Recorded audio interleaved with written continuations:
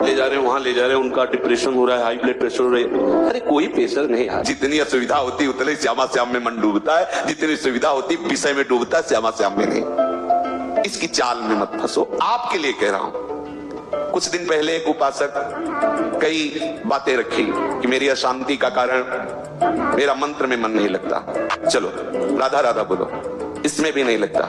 किसमें लगता है? इसमें चलो वो जपो।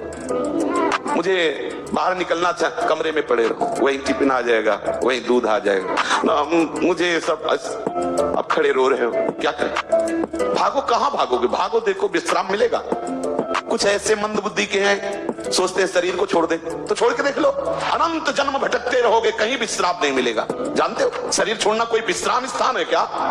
अगर इस महान महिमा में मानो शरीर को तुमने तनिक भी ऐब किया तो ऐसे ऐसे शरीर मिलेंगे जब बूंद पानी नहीं मुंह में जाएगा, और तड़पते रहोगे, क्लेशित होते रहोगे, अज्ञान की धरा में कब तक अपना नाश करते रहोगे? कब तक ये नकारात्मक सोच का पोषण करते रहोगे? अरे कई कई दिन महात्माओं को भोजन नहीं मिलता, लोग गालियां देते हैं, धक्के मारते हैं। हमने देखा है, दिगंबर है वाराणसी में, ऐसे हाथ फैलाए दरवाजे खड़े हैं, वहां से कुल्हड़ मारा जा रहा है उनके ऊपर, और हम देख रहे हैं, देखा है, क्योंकि बाबा की अलबेली नगरी है, कुछ नहीं, मुस्कुरा के चल देते हैं। आपको क्या होता है? आपके पास तो वस्त्र है, आपके पास तो वास की व्यवस्था है, आपको तो भोजन मिल रहा है। वहां भोजन के लिए भूख से विवश होकर के जाते हैं, और वहां कहीं भी कभी भी वो जगत गुरु आपको ऐसा पक्का करेगा, पक्का समझ लीजिए। आप सोचे कि प्रतिकूलता ना आवे, ऐसा हो नहीं सकता। लिख लीजिए, यदि आप सच्चे मार्ग पर चलेंगे तो इसकी चढ़ाई ही प्रतिकूलता है। ऊर्जा शक्ति प्रतिकूलता से बढ़ती है, अनुकूलता से ऊर्जा शक्ति नष्ट होती। परमार्थ की ध्यान रखना, जीवन में जितनी प्रतिकूलता आएगी तन मन के द्वारा, उतने अध्यात्म की ऊंचाई पर उपासक चढ़ता है। निज अनुभव की बात हम जब करोगे तो सब खत्म हो जाएगा। घृणा, नफरत, द्वेष, हीनता, ये सब खत्म हो जाएगा। हम सब भगवान के बच्चे हैं, भगवान के अंश हैं। शरीर को लेकर, गंदी बातों को लेकर हम गंदे हो गए, गंदी बातों को लेकर ही तुम गंदे हुए हैं ना। ये तुम तो भगवान के बच्चे हैं, भगवान के अंश हैं।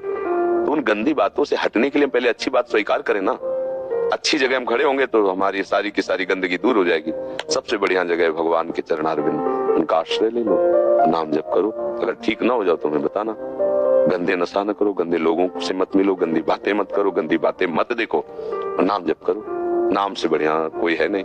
आप जप के देखो, कुछ दिन सब हेयता खत्म हो जाएगी। तो अपने में ग्लानि आती है ना, वो पाप के कारण आती है। कभी न कभी हमसे बड़े बड़े पाप हो गए, और वही पाप हमको चलाते रहते हैं। वही चिंता, गलत चिंतन, नकारात्मक सोच, निगेटिव, क्योंकि नकारात्मक सोच से ही तो हृदय जलेगा। तो पाप कर्म ही तो करवा रहा है, वो नष्ट हो तभी बुद्धि सकारात्मक हो जाए। देखो, आप गाली दिए हमें, ए बड़ा ऐसा वैसा वैसा, हम नकारात्मक सोच हमारी जागृत होगी, हमने इसका तो कुछ बिगाड़ा नहीं, कुछ कहा नहीं, बिना किसी कारण इसने कैसे गाली दे दी। अब ये है नकारात्मक सोच। अब हम जब तक दंड नहीं देंगे तब तक जलते रहे, वो दंड के बाद फिर भयंकर जलन भोगनी पड़ेगी। और सकारात्मक सोच, प्रभु हमारी परीक्षा ले रहे कि अभी तक भजन किया, तुम कितने सहनशील हुए। देखो, हाँ प्रभु, आप चाहे जितना परीक्षा ले लो, मैं आपका ही हूं नाथ। हृदय शांत हुआ, उसके प्रति भगवत भाव हुआ, कभी भी शोक नहीं आएगा। देखो, चिंता नहीं है ना।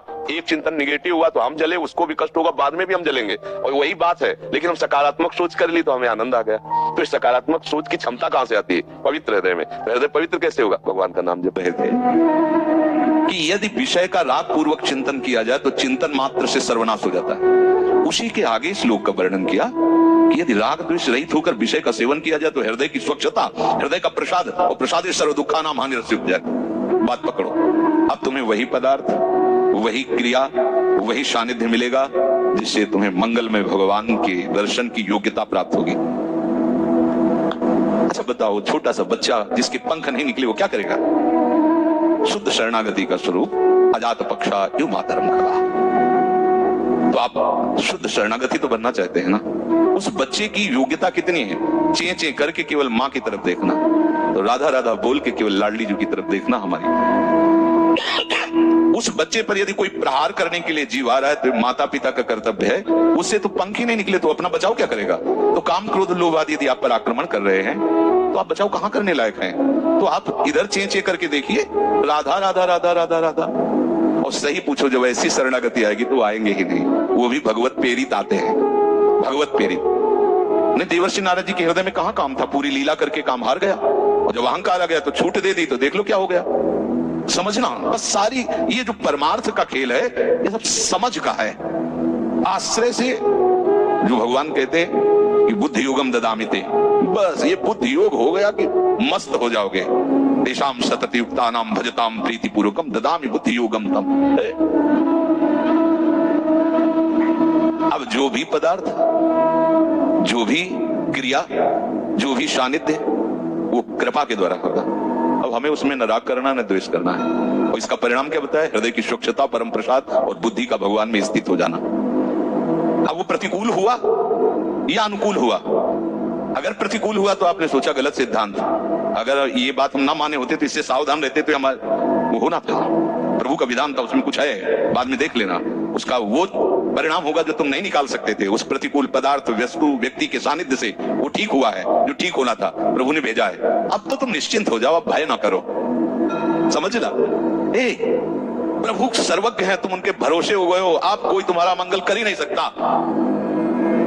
बोले काम आता है, क्रोध आता है, गंदी बातें मन में रहती हैं। कहा जाता है जब ये तक हृदय में रहेंगे तब तक तुम्हें भगवत प्राप्ति नहीं होगी। शास्त्रों में खूब खुला वर्णन है, चाहे जहां देख लो। त्रिविधम नरकस्येदम द्वारम नाशन मात्मनः कामः क्रोधा तथा लोभा तस्मादेत्रयम् त्यजेत्। काम, क्रोध, मद, लोभ सब नाथ नरक के पंथ। पर इसके बीच की हम एक रहस्यमयी बात आपको बताते हैं। यदि आपने भरोसा लाडली जी का कर लिया है और ये हैं, तो इनकी सत्ता नहीं, आने जाने वाले हैं और इनसे कुछ भी आपका नहीं बिगड़ने वाला। भरोसा इनका, ये तर्क वितर्क की बातें नहीं है, ये श्रद्धा विश्वास की बातें हैं। और धीरे धीरे एक दिन आप महात्मा बन जाओगे। देख लेना, विश्वास करना।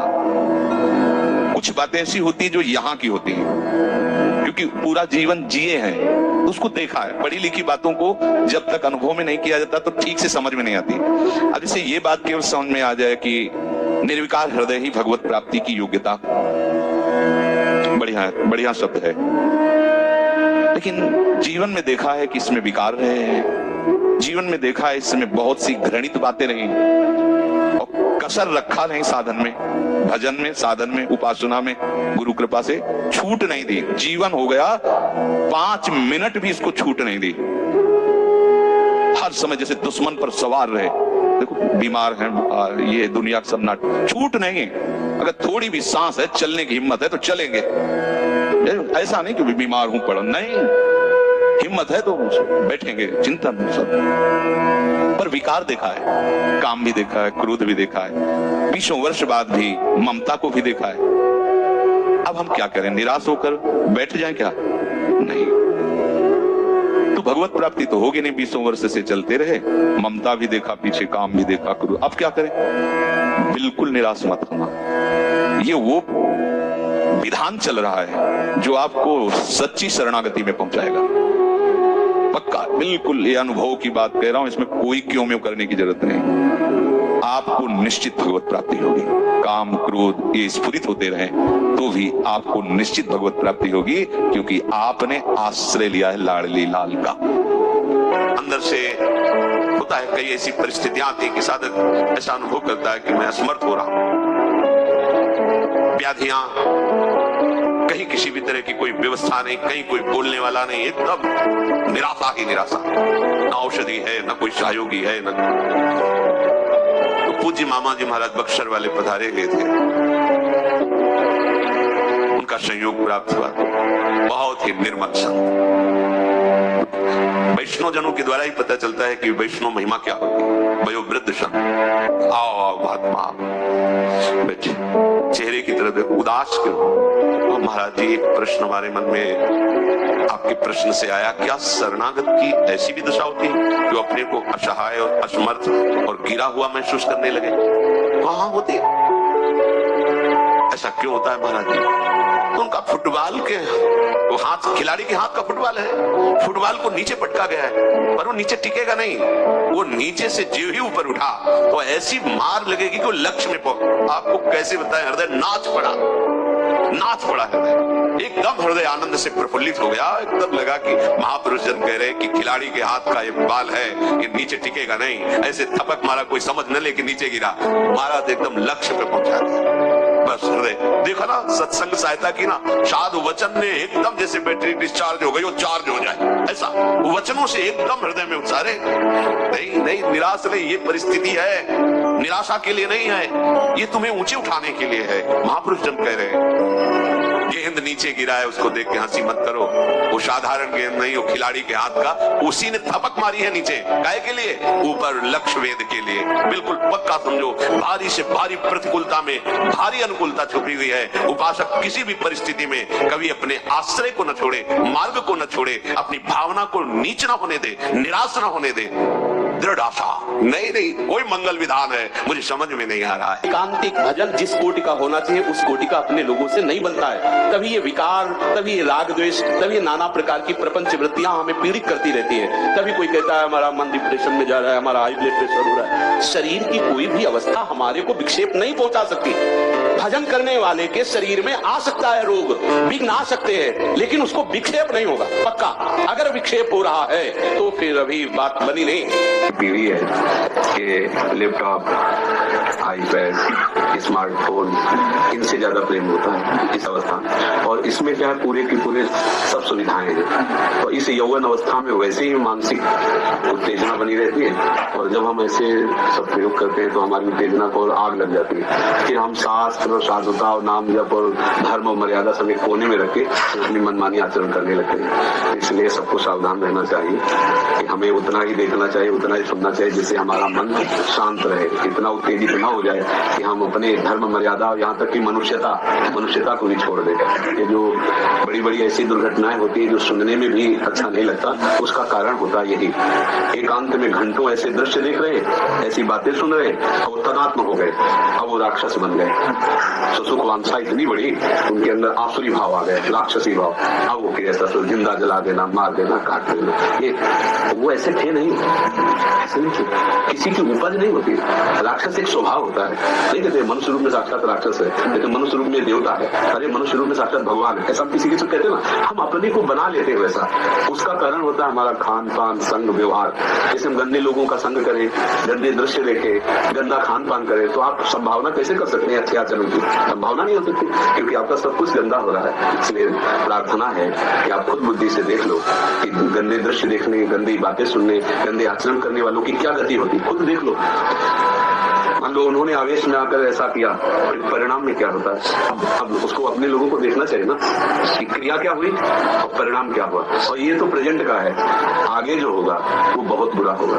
अब उनको मनुष्य योनि नहीं मिलेगी क्योंकि उसका दुरुपयोग किया, अब अन्य योनियों में जाएंगे और कैसी कैसी दुर्गति होगी। इसलिए भैया ये यौवन अवस्था अपना रंग लाती है, तो इसको थोड़ा शासन में रख करके गंदे दृश्यों से, गंदी बातों से, गंदे लोगों से, गंदे खान पान से अपने को बचा के शांत रखो।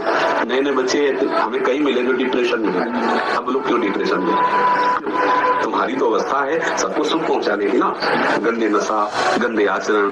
अब आप ये विश्वास करते हो कि हम जिससे प्यार कर रहे हैं वो आपके प्यार का निर्वाह करेगा, कैसे हो सकता है भैया? आपको जिसने प्यार किया उनका तो निर्वाह कर नहीं पा रहे, तुम्हारे माता, तुम्हारे पिता, तुम्हारे परिवार से, और तुम आशा करते हो सामने वाले से। तो जब सामने वाला अंगूठा दिखाता है तब फिर वो बैलेंस बिगड़ जाता है दिमाग का। आप क्या करें? अब उनके खान पान गलत और मिट्टी में गिर जाता है। बहुत सावधान रहो। शास्त्रों में और साधुता, ये तो बहुत आर्थिक